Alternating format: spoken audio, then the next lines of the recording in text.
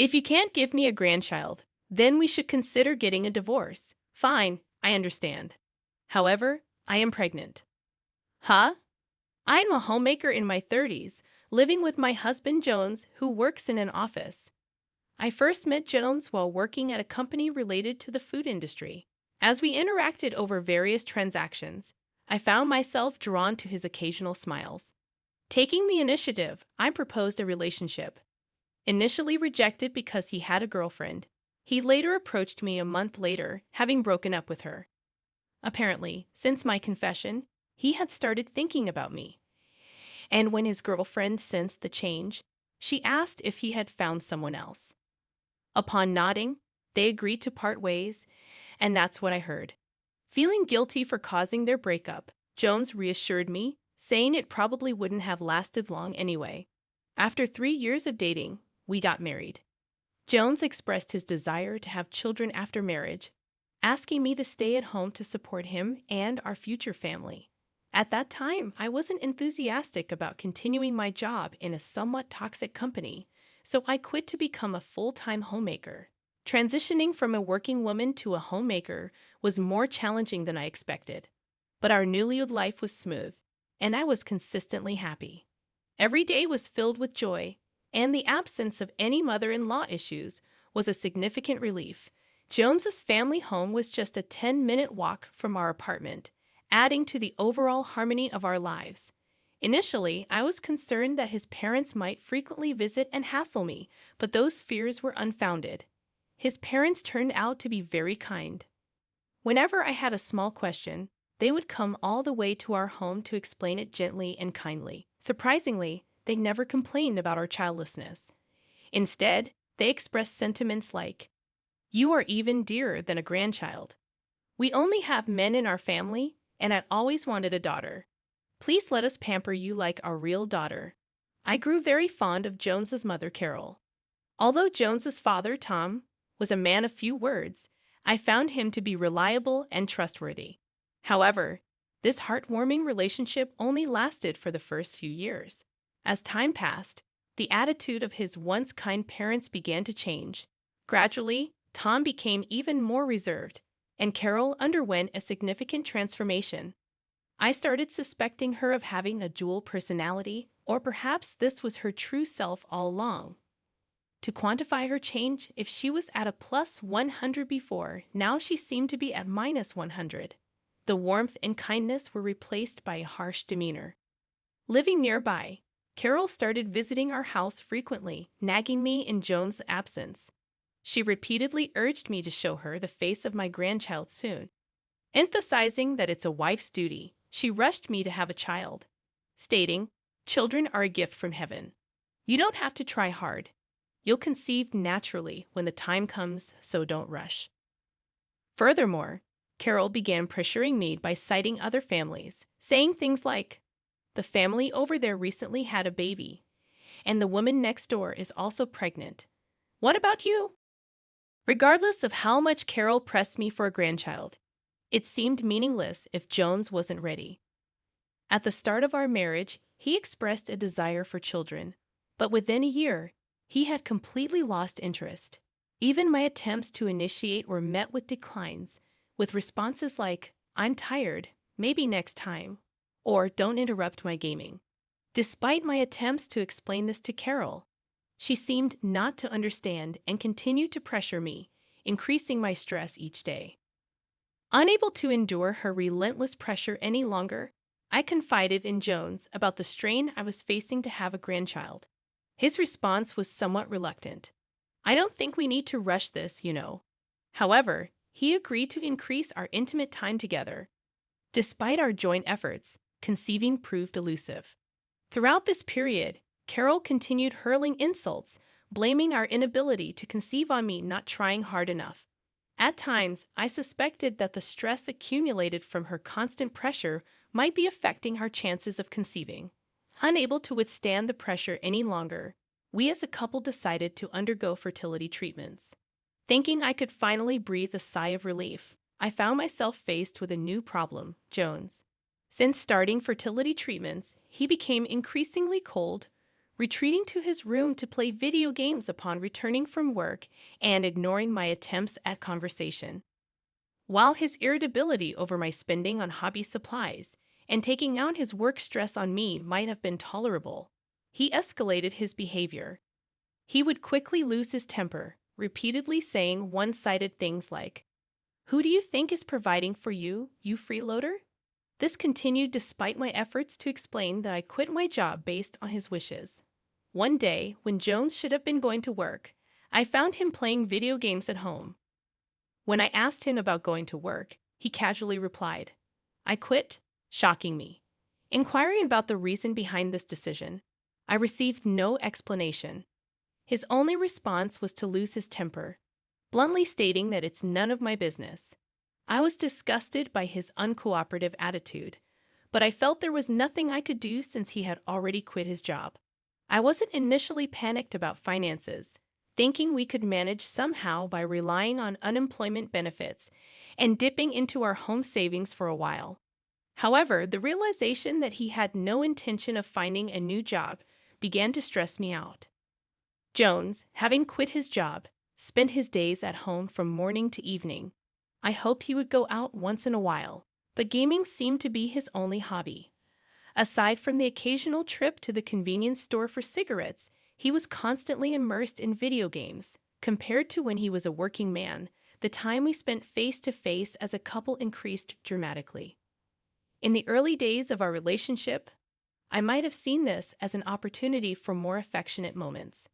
However, with him going from a plus 100 to a minus 100, much like Carol, this increase in face-to-face time meant that our arguments as a couple were also on the rise. Gradually, we realized that even simple conversations were becoming stressful, and we stopped conversing almost entirely. I began questioning the point of continuing this married life. The once promising relationship now seemed to be reaching its limit, prompting me to contemplate finding a way to escape the current situation.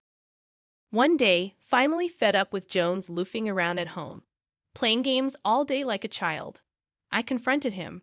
I told him, "You're not a kid. Stop playing games all the time and start looking for a job." To my surprise, his response was unexpected. He casually mentioned, "Oh, by the way, my mom told me that if we can't have a baby, we should get a divorce."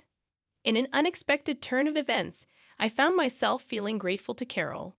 Despite planning to share the news of my pregnancy with Jones that night, I decided against it. Now, it seemed like the right decision.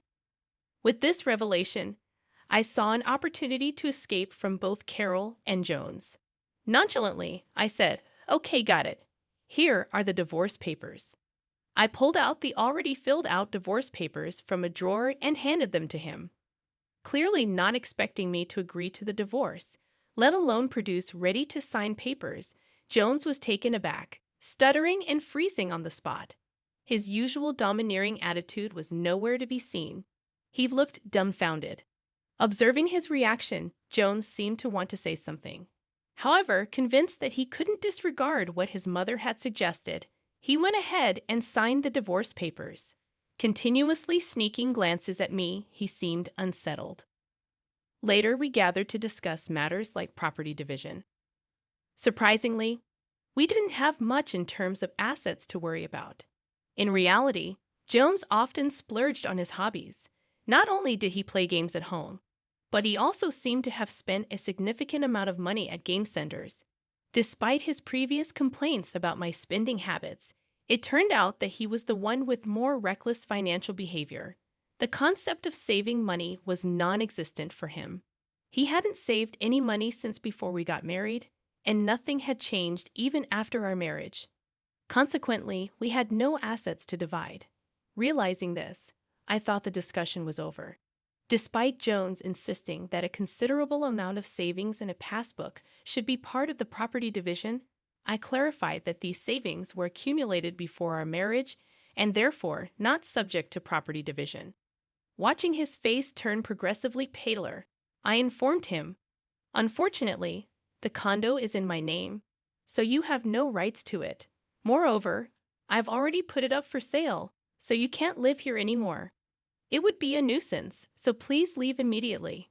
With a smile, I added, "Besides, I thought this condo would become too small in the future, so I have been saving up for a new home." Before marrying Jones, saving was a hobby of mine. Even with a regular job, I had managed to save quite a bit. I used those savings to buy the condo during a time of rapid advancement, meaning it wouldn't be subject to property division this time. He seemed unaware of this fact and thought he could get half of my assets. Upon realizing he won't be part of the asset division, my husband was in a state of shock. Despite continued discussions, he couldn't recover from his shock. Since there wasn't much to talk about anymore, the discussion ended quickly, and I submitted the divorce papers at the city office. Our divorce was finalized without a hitch.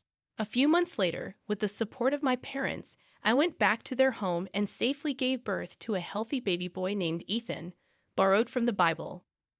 Now I spend fulfilling days with my loving child and parents. Of course, I haven't informed Jones because if I do, I'm sure Carol would barge in demanding to have my grandchild. On the other hand, Jones, who was evicted from the condo, went back to his parents' home. It seems he has become a recluse due to the shock of the easy agreement to the divorce. Occasionally, when he goes out, his appearance seems so suspicious that he often gets stopped by the cops. It appears quite pitiful. Later, I learned that the reason Jones quit his job was due to issues with interpersonal relationships. Apparently, he had a bad reputation at the office, with a habit of bad-mouthing others, especially disliked by female employees. Eventually, he was ignored by everyone, and unable to withstand such circumstances, he suddenly quit his job. It appears he might have been that kind of person even before our marriage, only showing kindness in front of me, an utterly deceptive man. 3 years later, I found myself working as the manager of a craft store. Around the time I became a regular at a local craft store, the owner approached me, proposing that I take over the store as they were considering retirement. At that time, my parents were actively helping with childcare, giving me considerable free time. I thought it might be nice to have a job to keep my hands busy. Besides, if I refused, it would inconvenience many regular customers. With these thoughts, I decided to take over the store. Today, as I was serving the occasional regular customer, an unexpected visitor arrived. Carol and Jones. "Well, a pretty nice store for you, huh?" Jones commented. Annoyed by their transparent flattery, I asked, "So, what brings you here?" Carol's response was incomprehensible, stating something about giving her grandchild back to her. It seemed Carol somehow heard that I had given birth and was considering making the child the heir. "You were already pregnant when I proposed divorce. Why did you keep it a secret? If I had known, I wouldn't have gone through with the divorce." Jones started blaming me. "I'd obviously kept quiet because I wanted the divorce. I knew you guys would use any means necessary to prevent the divorce if you found out I was pregnant," I retorted, glaring at Jones and Carol. When Carol asked if I was giving back her grandchild, insisting she wanted to live with the child as soon as possible, making an absurd statement about the 3 years we had been together, I stood there flabbergasted. At that moment, my parents and Ethan appeared, asking what the matter was, as they had rushed over after being notified by a regular customer. Carol, seeing Ethan holding hands with my parents, approached him, saying, "Oh, how cute. He looks just like Jones when he was a child. Look, I'm your grandma." Trying to stop her, I found Ethan declaring, "I only have one grandma," and hugging my mother. My mother asked Carol to leave, but Jones tried to forcibly take Ethan away from my parents, yelling for us to give the kid to his mother. Standing in front of Jones to protect Ethan, I was easily pushed aside due to my physical weakness. Just as Jones was about to grab Ethan's arm, my father executed a perfect shoulder throw, sending Jones flying into the air. My father, a police officer skilled in martial arts and a former national champion, showed his badge and warned Carol, ready to take necessary actions if they continued to bother us. Carol turned pale and ran away, dragging Jones with her. I never knew what became of them after that incident, and frankly, I didn't want to know. Several years later, Ethan began aspiring to become a police officer, looking up to my father. He declared, "When I grow up, I'm going to be a police officer too, so I can protect Mom." Under my father's guidance, Ethan's martial arts skills became unbeatable among his peers. I plan to continue watching over my wonderfully grown son